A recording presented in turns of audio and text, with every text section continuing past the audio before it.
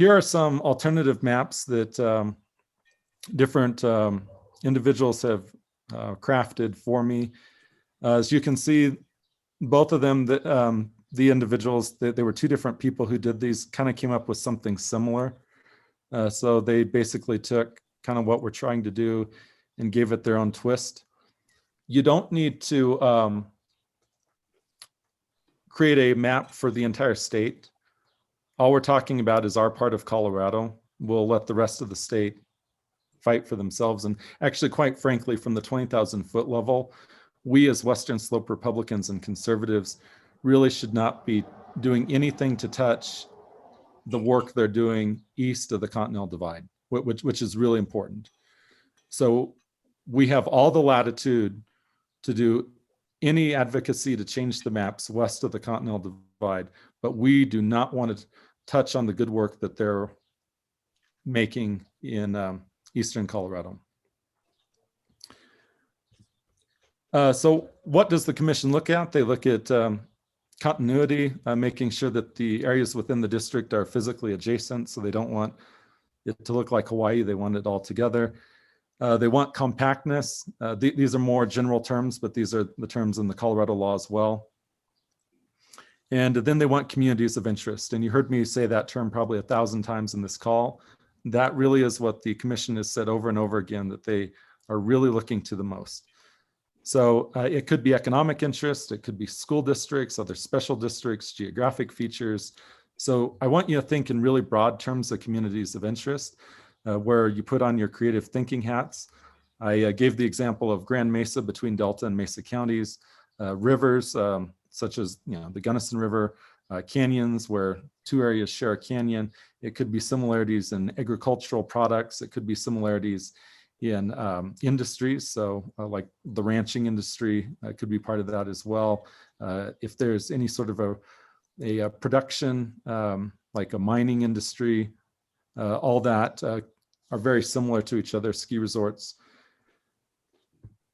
And then how to submit a comment. Here's the hyperlink. It's redistricting.colorado.gov. You can submit maps, make public comments on communities of interest. Do not mention party or incumbents. I cannot stress that enough.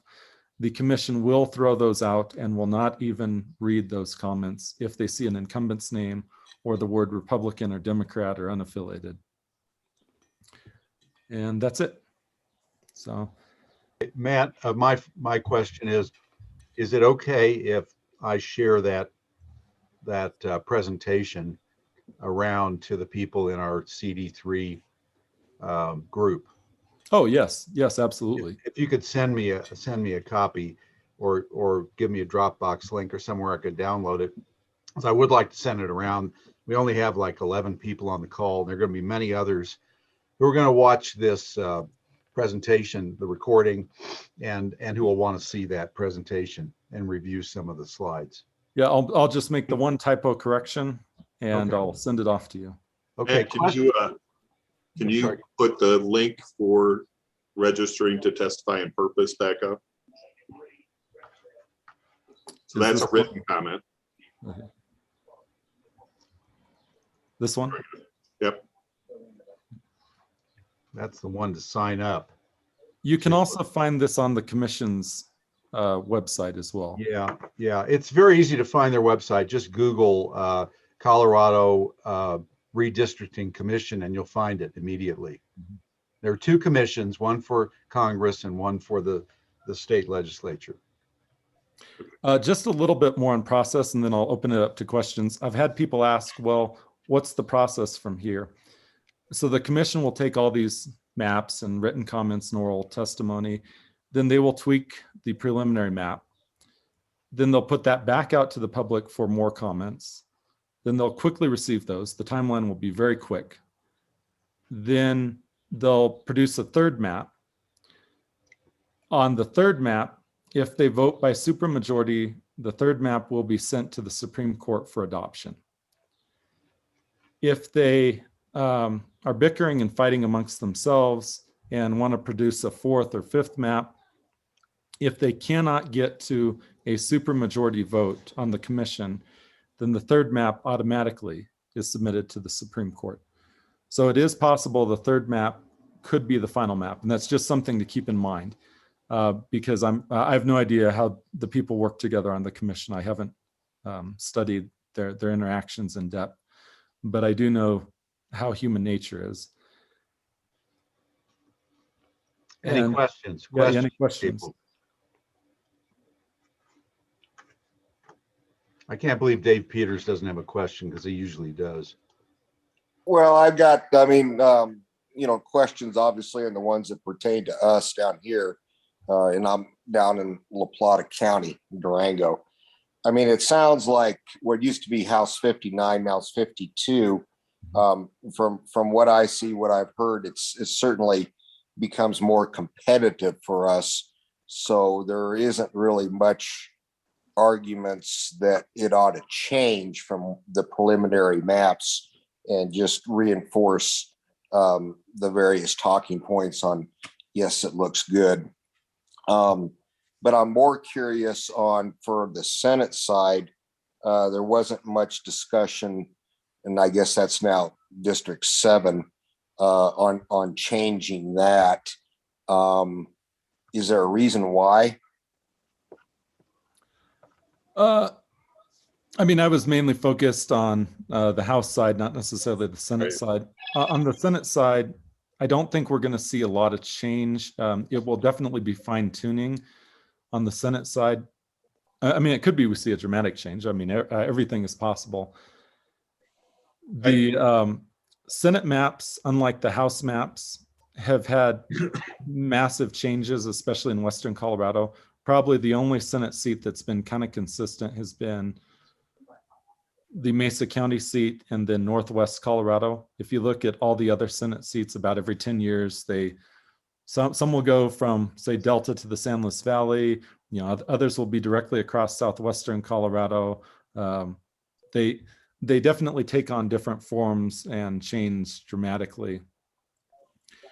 Dave, I'm sorry. Go ahead, Matt. Yeah, I was just going to finish that and just say that on the Senate side, we're also not as concerned about losing a Republican senator under the preliminary maps, but we are very concerned about losing a Republican House representative under the preliminary maps. And that's something to just keep in mind why I focused on the House. I was just going to say, Dave, Senate District 7, they cannot gerrymander enough Democratic votes to make it competitive. They can't do it.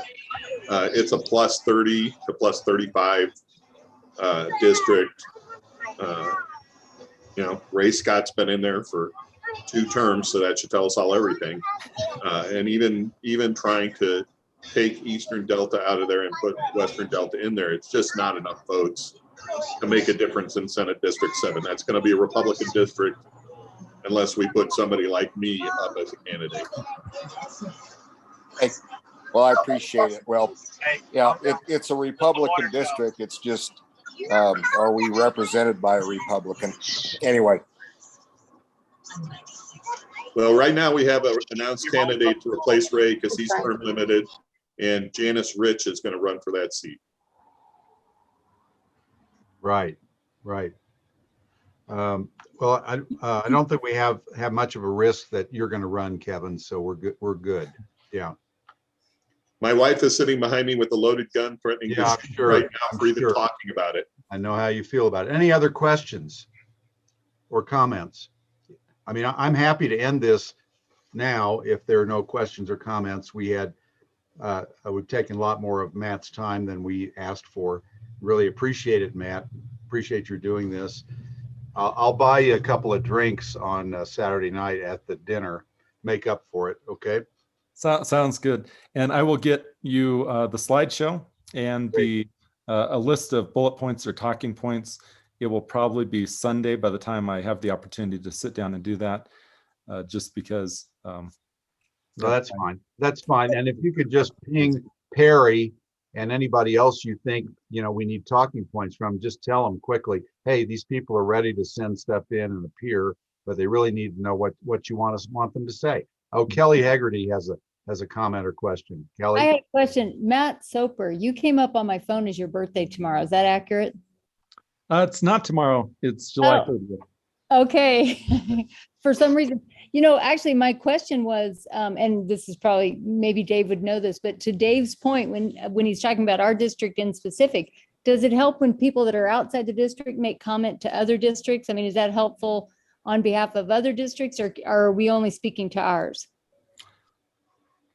I think it can be helpful. I mean, I would certainly preface it based on having a knowledge of the Western Slope and understanding where people live, where people work, what the cultures are of different communities.